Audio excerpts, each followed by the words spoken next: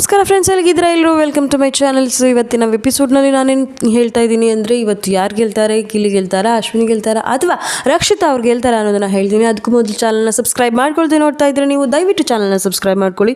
ಹಾಗೆಯೇ ನಿಮ್ಮ ಅಭಿಪ್ರಾಯಗಳನ್ನ ಕಮೆಂಟ್ ಮಾಡೋದನ್ನು ಮರಿಬೇಡಿ.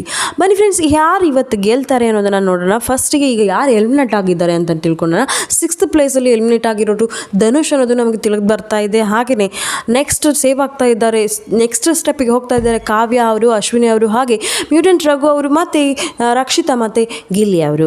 ಆದರೆ ಫಸ್ಟ್ ಪ್ಲೇಸ್ನಲ್ಲಿ ಇವಾಗಲೂ ಇದ್ದಾರೆ ರಕ್ಷಿತಾ ಮತ್ತು ಗಿಲ್ಲಿ ಅವರು ಇದ್ದಾರೆ. ಆ್ಯಂಡ್ ನೆಕ್ಸ್ಟ್ ಯಾರು ಬರ್ತಾರೆ? ಅಥವಾ ಅಶ್ವಿನಿ ಅವರಿಗೆ ಟಾಪ್ ಸೆಕೆಂಡಲ್ಲಿ ಹೋಗ್ತಾರಾ, ಅಥವಾ ರಘು ಅವ್ರು ಹೋಗ್ತಾರಾ, ಅಥವಾ ಗಿಲ್ಲಿ ಅವರು ಫಸ್ಟ್ ಸ್ಥಾನದಲ್ಲಿ ಉಳ್ಕೊಳ್ತಾರಾ, ಅಥವಾ ಕೆಳಗೆ ಬರ್ತಾರಾ ನೋಡೋಣ. ಆದರೆ ಹೊರಗಿನ ಕ್ರೇಜ್ ನೋಡ್ತಾ ಇದ್ದರೆ ಗಿಲ್ಲಿ ಅವರು ಫಸ್ಟ್ ಬರೋದಂತೂ ಗ್ಯಾರಂಟಿ. ಆದರೆ ಈ ಒಳಗೇನಾದರೂ ಗಿಮಿಕ್ ಅಥವಾ ಏನಾದರೂ ಆಚೆ ಈಚೆ ಮಾಡಿದರೆ ಗ್ಯಾರಂಟಿ ಅವ್ರು ಏನಾದರೂ ಮಾಡಿದ್ರೆ. ನಾವು ಇಷ್ಟು ಸಲ ನೋಡಿದ್ವಲ್ವ ಬಿಗ್ ಬಾಸ್, ಇಷ್ಟು ಸಲ ನೋಡಿದಾಗಲೂ ಅದು ಏನು ನಾವು ಅಂದ್ಕೊಂಡಿರ್ತೀವಿ ಅದು ಆಗೋದಿಲ್ಲ.